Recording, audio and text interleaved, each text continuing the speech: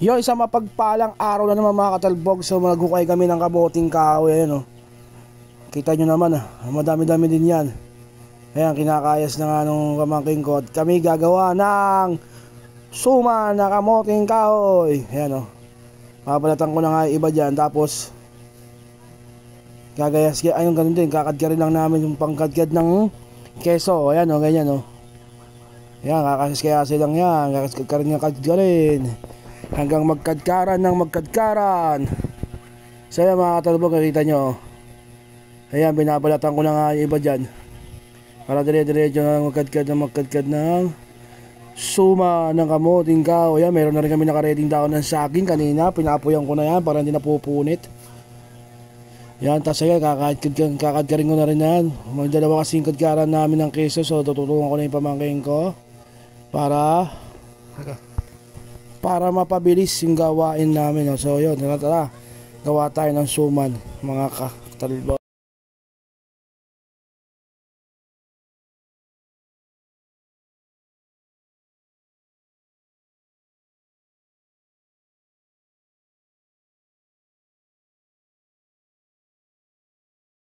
At ayun na nga, iniplana natin ng asukal to. Tapos na natin kadkarin. So asukal na puti, kasi may nagbigay sa amin ng asukal na puti. So yun, hatadkarin na natin yan.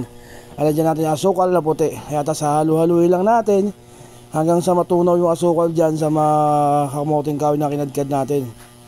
Tapos ibabalot na natin to sa dahon ng saging. So yan, yan mga katalbog, oh, halo-halo lang natin, minimekos-mekos ko lang yan. Tapos yan, nilalagyan na ng asukal ulit. Baka ang kulang kasi yung pagkalagay ko ng asukal.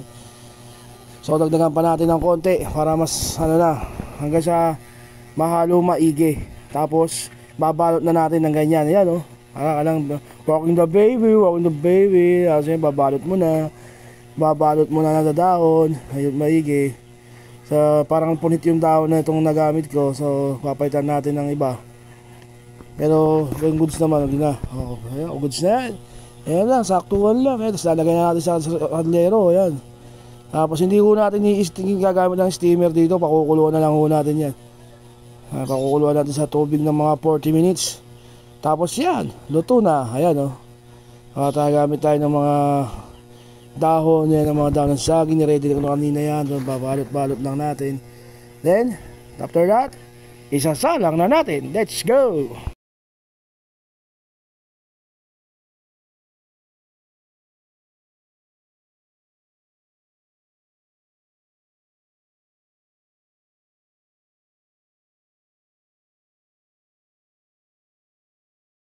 At ayun na nga, natapos na natin balutin. So lalagyan na natin siya ng tubig. Ayan, nalagyan ko lang ng tubig yan. Tapos kahit na mapantay lang doon sa mga suma na inagay natin. Tapos yung mga natirang natin, lagay natin sa ibabaw.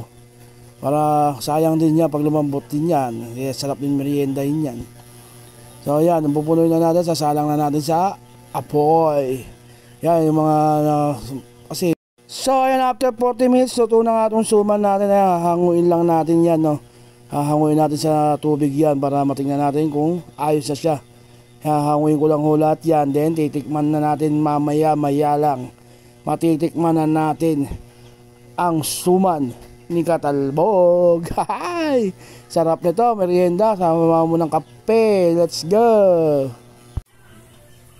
Titikman na natin ang suman ni Katalbog. Ayan, oh, kita nyo, look delicious. Oh, tingnan nyo. Oh, luto siya, oh. Oh, suma ni Katalbog. Oh. Ngayon. Ito. Uy.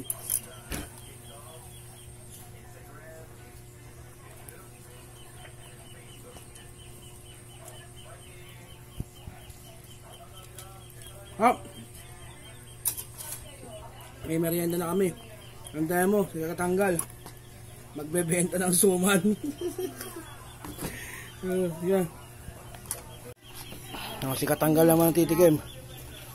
Kasi Kuya Jared. Suman ni Katalbog.